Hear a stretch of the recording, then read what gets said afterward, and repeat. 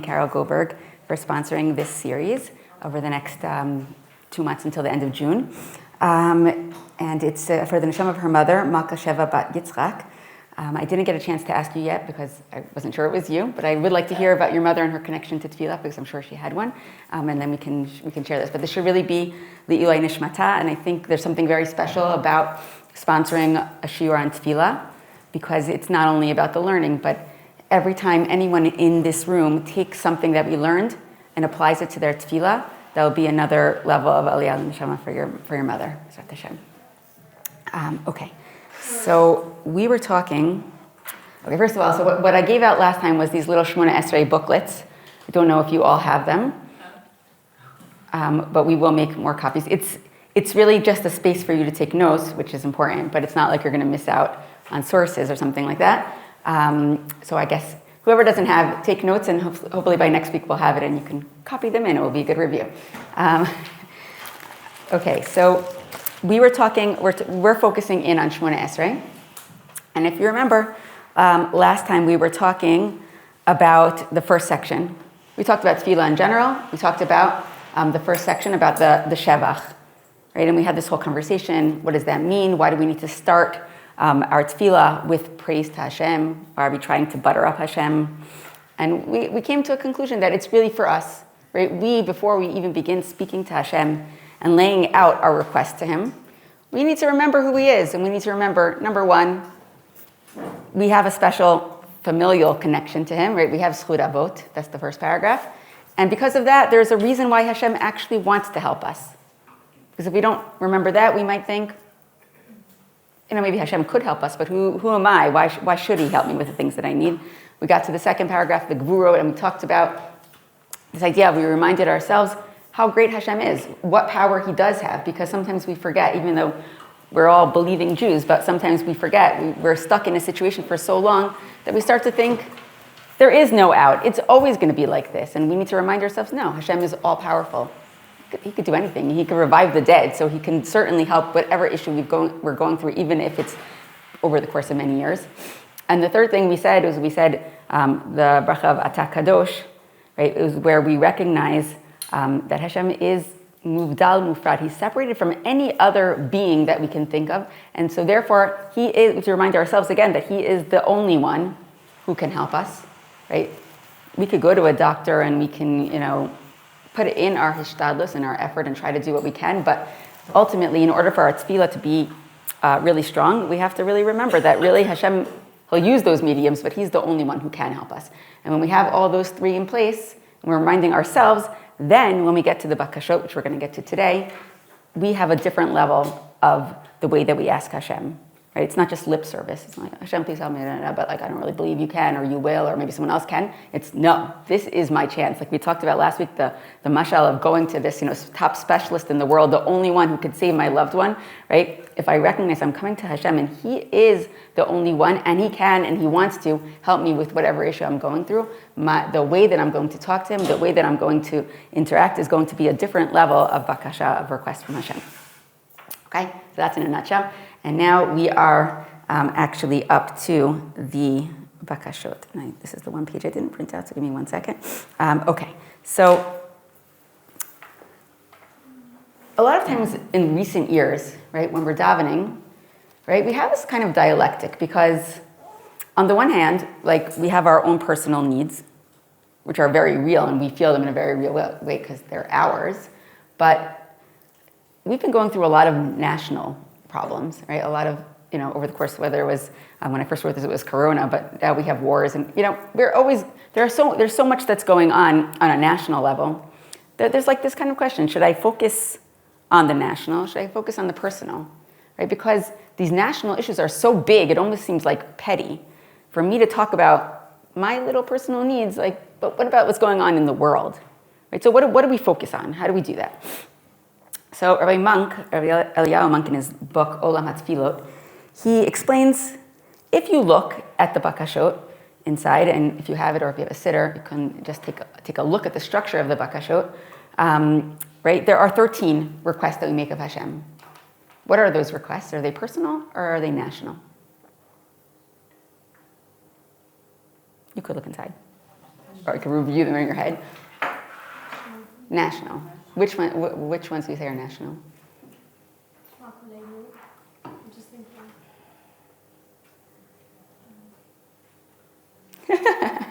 Testing you on your tefillah knowledge.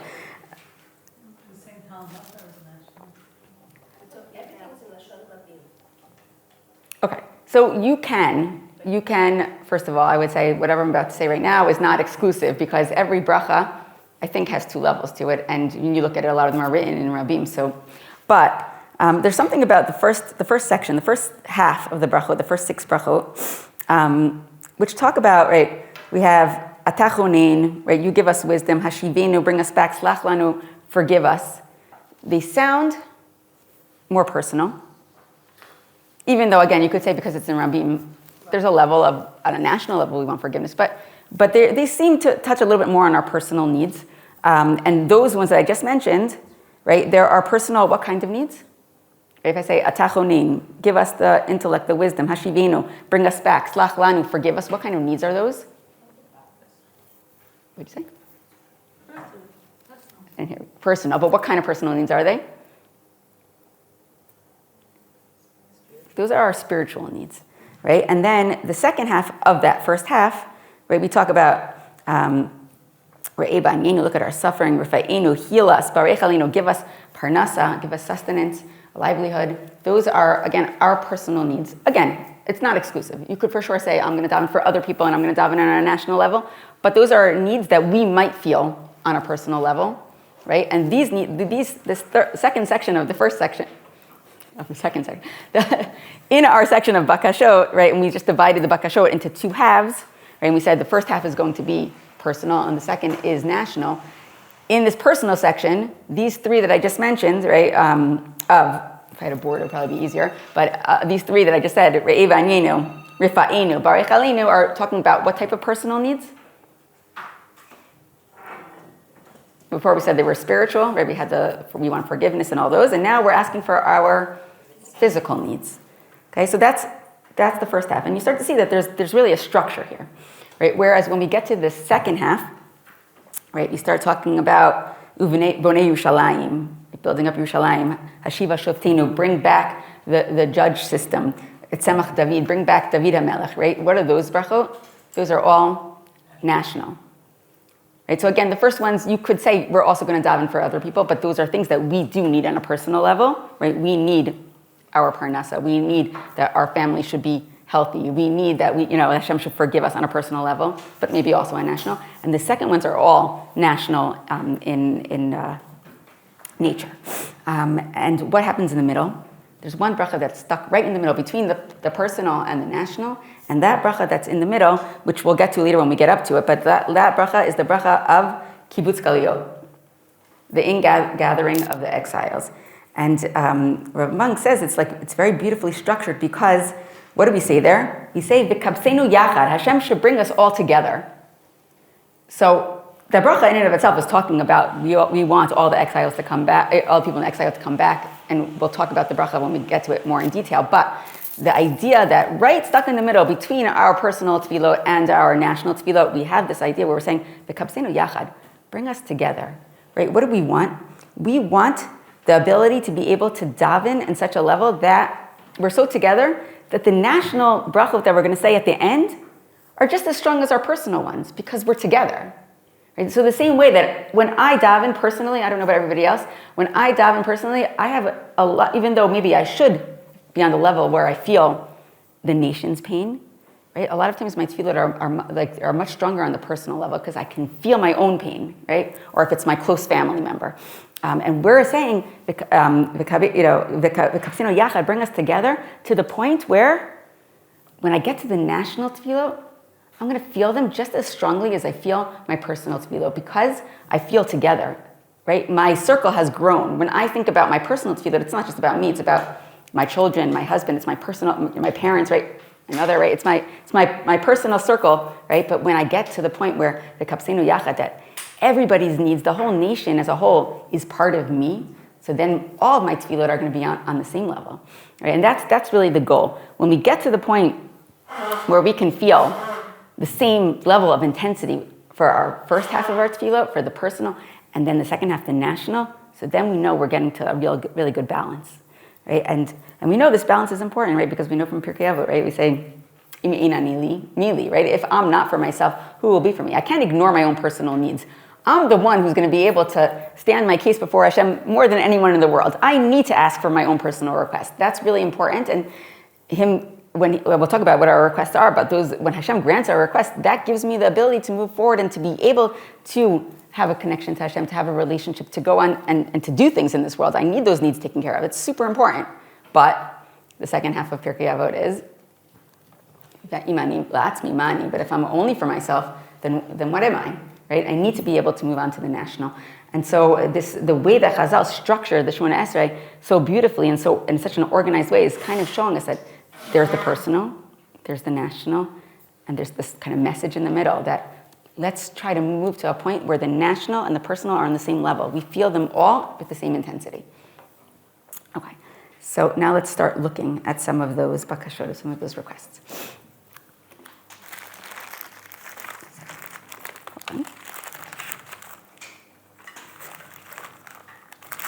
Okay, so atachonin is our first request. So a lot of times, I don't know, as kids, people talk about, like, if you were granted 3 wishes, what would your wishes be?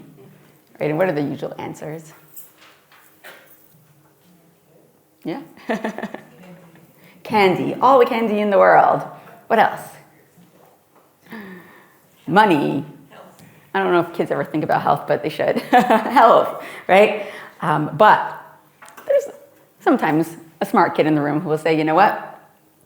Or maybe it's really David HaMelech. Shlomo HaMelech, right? Shlomo HaMelech who says, right? I want to be granted wisdom.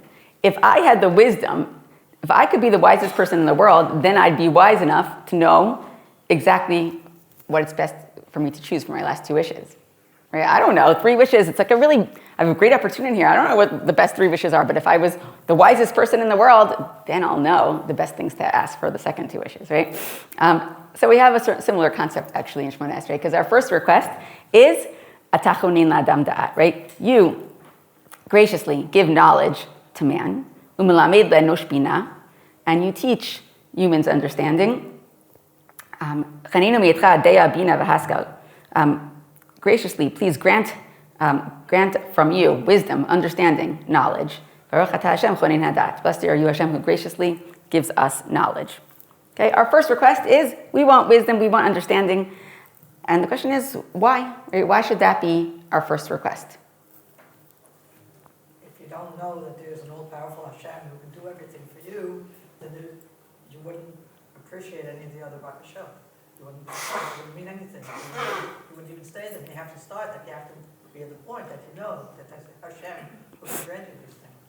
Good. We have to have a certain level of understanding of what we're doing before we can do it. Now, hopefully we kind of got to it in the first section, right? We already established for ourselves, Hashem is Hashem. Right? He can do it. But you're right. We need a certain level of understanding in order to be able to use this opportunity to its utmost. The Shulchan Aruch says, right, what's the difference between a man and an animal? A man has intellect, he has knowledge, understanding, an animal doesn't. And therefore, kavu berchat atachonin rosh le'emsiot. And that's why atachonin is the first bracha of the middle brachot. Shim ein bina, ein tefillah. Without bina, without wisdom, without understanding, there's no tefillah. Kind of like what you're saying, right? Humans are given the ability to daven because they have intellect and understanding. And so before we can actually get into the tefillah and request anything else, we need to make sure, we say, Hashem, please make sure that we have what we need, right? We need that intellect so we can daven properly. And the question is, well, why, right? Why do I need intellect in order to daven properly, right? If a dog is hungry, what does it do? Let's say it doesn't have food. What does he do? Barks, right? He knows how to request what he needs. He doesn't need intellect, right? So why would the Shulchan Aruch say, you mean bina in tefillah? And also, right, Hashem is all-knowing, right? He knows more than we do what we need, right? And so the whole concept of making requests to Hashem seems almost extraneous, right? Why would we need to tell Hashem what we need, right? He knows. So in order to answer those questions, we need to take a step back and try to understand, what are we doing in Tefillah? What are the points of all these requests? Right? We understood in the beginning the Shevach. Okay, the reason why we need Shevach is so that we can ask properly. But why do we need to ask properly? Why do we need bakashot? Hashem knows everything. So the root of the word hitpalel is Judge yourself. pilel, right? Pei lamed lamed, which is reflexive, right? It means to judge. Well, the word pilel means to judge or to think. And when we have it in the hitpael, in the reflexive state of hitpalel, right, it means we're doing the action on ourselves. We need to judge ourselves. We need to think about ourselves. We need to make decisions. We need to think things over. And that's what tefillah is. Tefillah is an opportunity. Again, if we do it when we're flying through it at I don't know how many kilometers an hour, then it's not going to work. But if we take the time, maybe even before, to think about what we are going to ask Hashem for, what are we doing? We are redefining ourselves, and we are clarifying to ourselves what our relationship is with Hashem.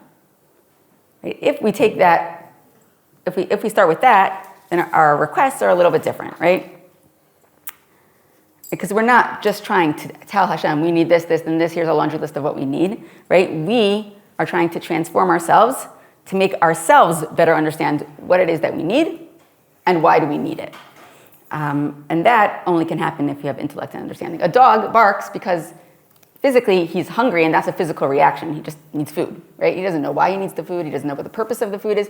He just needs food, right? But if we make the effort to actually lehit palel, to think about ourselves, define ourselves in our relationship to Hashem, so then when we make requests, it's not just because we're hungry, right? There's another step, but why do we need this thing?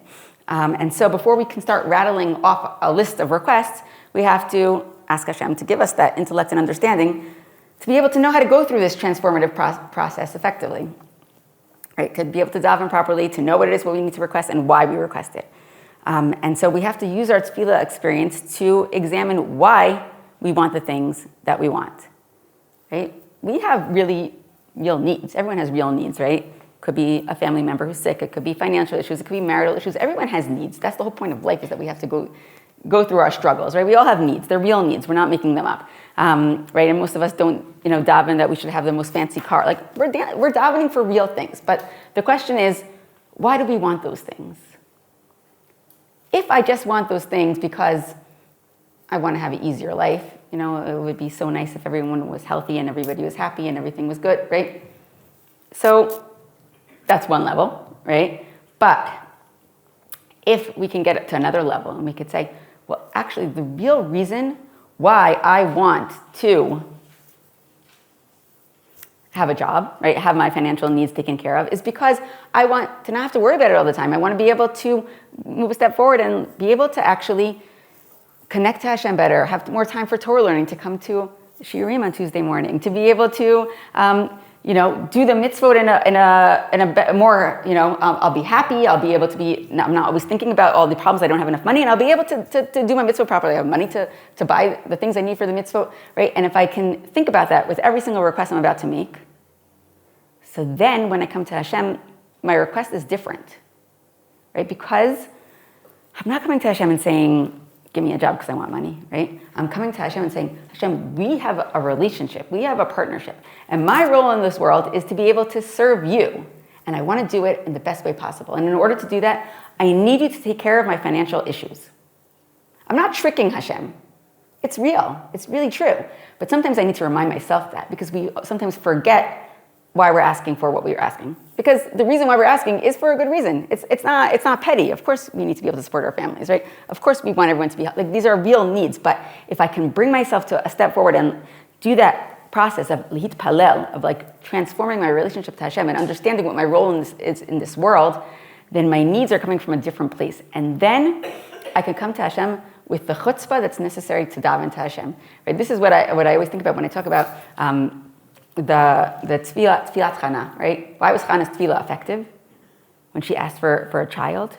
Because what did she do?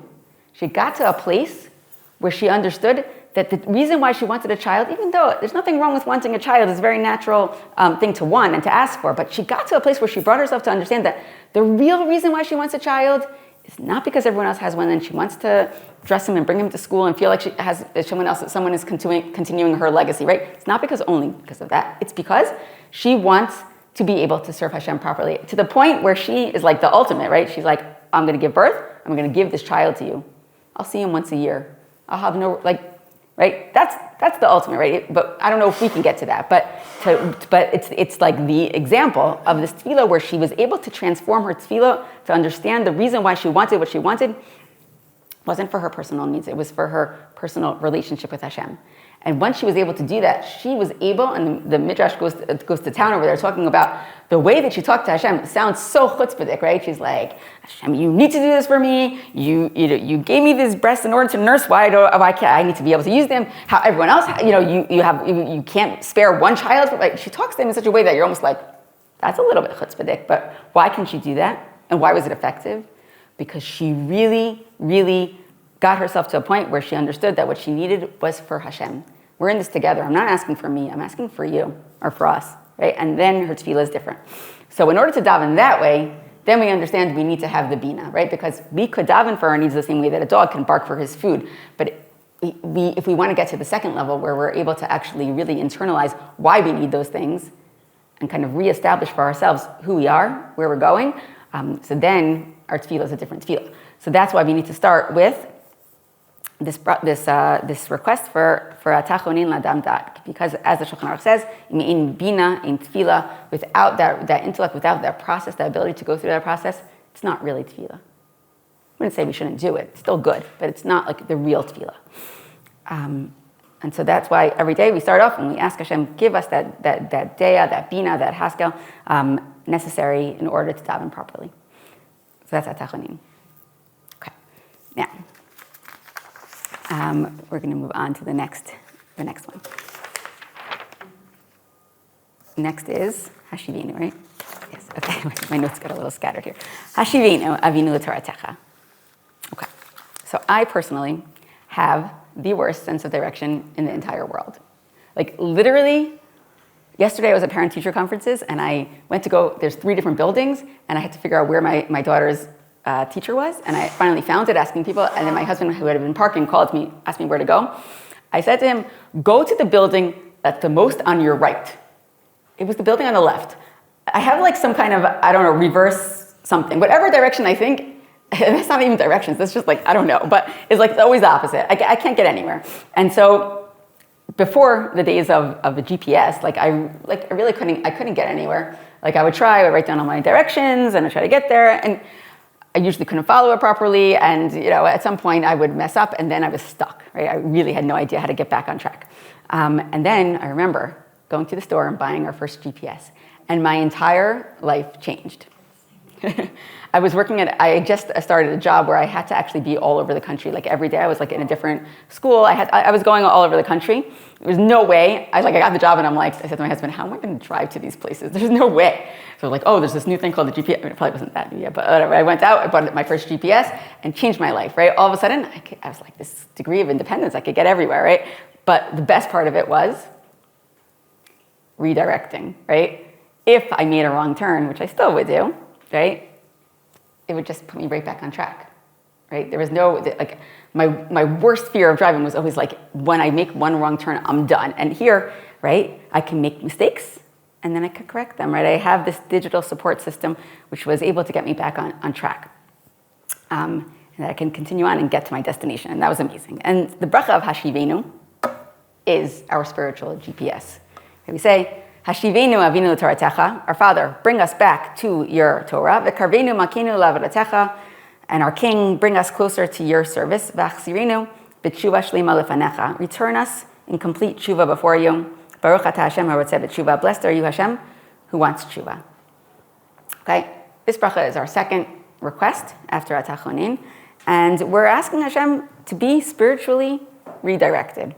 Right? We tell Hashem we've gone a little bit off track, we're a little bit lost, made a wrong turn, and we ask Hashem to help bring us back. Why do we need to make this bracha towards the beginning of our requests?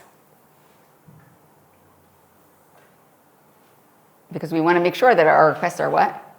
Are on track, right? We just said before that when we say atachonin, we're asking Hashem to help us daven properly so we can know what we're asking for, why we're asking it. So if we get a little bit off track, we need to get back on track so that we can proceed to ask for the tools that are going to help us to serve Hashem better, which will bring us closer to our destination. Now, the bracha afterwards is going to be slach lanu. Slach lanu, we ask Hashem to forgive us. So what's the difference between hashivinu avinu and slach lanu? Maybe after we were aware that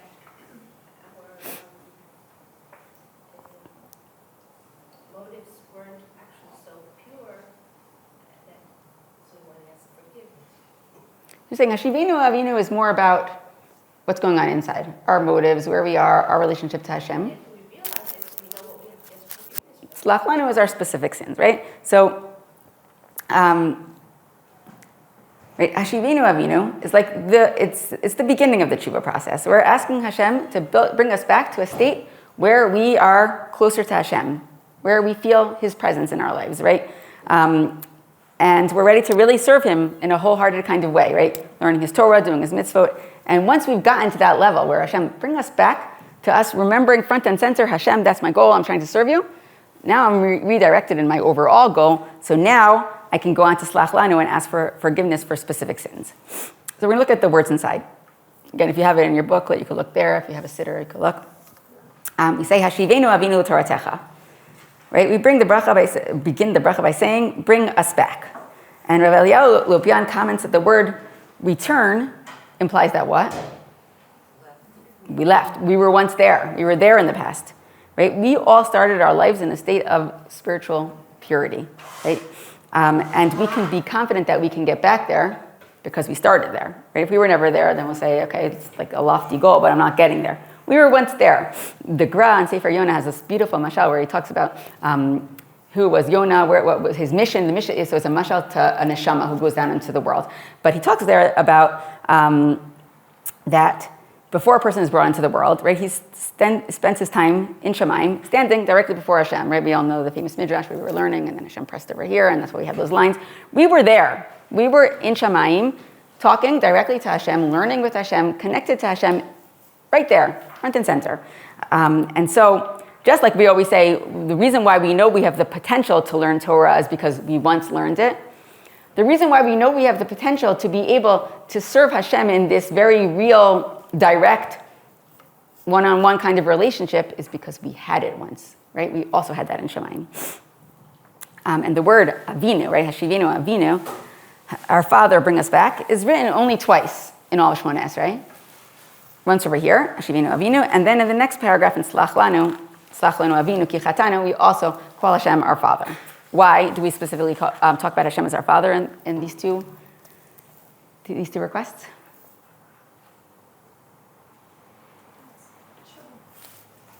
Tshuva. Right? That the reason why we're able to return to Hashem is because He's our Father. Right? The Sifri in Dvarim talks about a mashal, right? If a prince was taken captive as a child and he was brought to a faraway land, even if he was there for 100 years, and he could have come back, but he didn't, and he was just there for 100 years, right? He's not going to ever be embarrassed to come back. Why not? Doesn't matter how much time passed, because he's returning to his father, and his father will always be waiting there for him with outstretched arms. He's waiting for him, right? And so too, because we are the children of HaKadosh Baruch Hu, right? No matter how far we stray, right? We never have to feel embarrassed because we know He's our Father. He's waiting for us to come back.